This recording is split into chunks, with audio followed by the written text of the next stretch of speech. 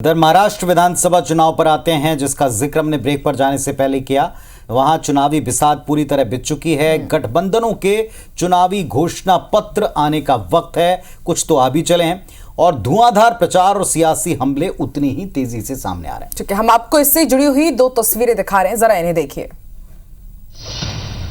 तो पहली तस्वीर में नजर आ रहे हैं कांग्रेस सांसद राहुल गांधी और कांग्रेस के राष्ट्रीय अध्यक्ष मल्लिकार्जुन खड़गे और उनके साथ महाविकास आघाड़ी के नेता, जिन्होंने मुंबई में महाराष्ट्र चुनाव को लेकर गठबंधन का घोषणा पत्र जारी किया है।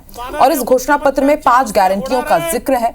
इसमें जाति जनगणना समेत कई वादे किए गए हैं। दूसरी तस्वीर आप देख रहे हैं, यह है महायुति गठबंधन के नेताओं की, जिन्होंने कल अपना संयुक्त घोषणा पत्र जारी किया था। इसमें 10 गारंटियों का जिक्र है। और चलिए अब हम आपको महाविकास आघाड़ी और महायुति दोनों के घोषणा पत्र की अहम बातें आपको बताते हैं। सबसे पहले महाविकास आघाड़ी के घोषणा पत्र को आप देखें।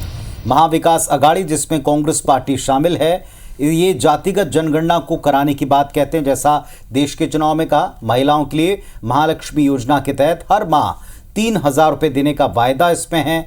हर परिवार का 25 लाख का स्वास्थ्य बीमा, जो इनकी राजस्थान की एक तरह से हिट योजना है, इसको लागू करने का वायदा अब ये महाराष्ट्र में कर रहे हैं। इसके साथ युवाओं पर भी फोकस किया गया है। युवाओं को हर महीने 4,000 रुपए दिए जाएंगे और किसानों का 3 लाख तक का कृषि ऋण भी माफ कर दिया जाएगा। और अब महाविकास के बाद नजर डाल लेते हैं महायुति के 10 चुनावी वादों की। कल घोषणा पत्र जारी हुआ है। तो लाडली बहनों को 1,500 रुपए जो दिए जाते थे, अब इसे बढ़ा करके 2,100 रुपए कर दिया गया है। 24,000 महिला पुलिसकर्मियों की भर्ती की जाएगी और किसानों का फोकस इन पर भी है। किसान ऋण होगा और एमएसपी में 20% सब्सिडी दी जाएगी।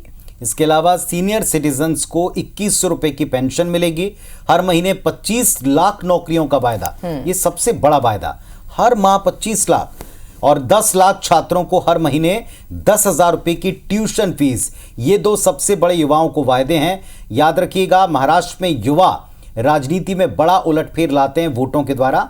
45,000 गांव में पक्की सड़क का वायदा, बिजली बिलों में 30% की कमी, सौर ऊर्जा पर जोर, आंगनबाड़ी और आशा कार्यकर्ताओं का वेतन 15,000, किसान सम्मान योजना की राशि 12 से बढ़ाकर 15,000। ये पुरानी योजनाओं के एक्सटेंशन के तौर पर देखे गए। लेकिन सबसे बड़े वायदे अगर कोई हैं तो वो यूथ को लेकर किए गए हैं। और यूथ को लेकर ये कहना कि 25 लाख नौकरियां प्रतिमाह दी जाएंगी या 10,000 रुपए का उनको भत्ता दिया जाएगा ट्यूशन के नाम के ऊपर, ये सबसे बड़े वायदे हो सकते हैं। क्या ये गेम चेंजर होंगे, ये बड़ी बात है। लेकिन अब जरा आते हैं कांग्रेस सांसद राहुल गांधी के ऊपर। राहुल गांधी ने कांग्रेस का घोषणा पत्र जारी करने के साथ बहुत कुछ कहा है, जो क्या वहां पार्टी की लाइन बनेगा।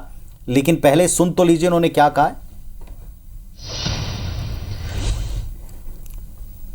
संविधान में कहीं नहीं लिखा कि एक पार्टी को, एक विचारधारा को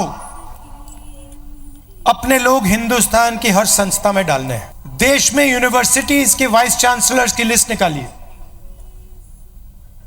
उस लिस्ट में आपको मेरिट नहीं दिखाई देगा। क्वालिफिकेशन सिर्फ आरएसएस की मेंबरशिप का है।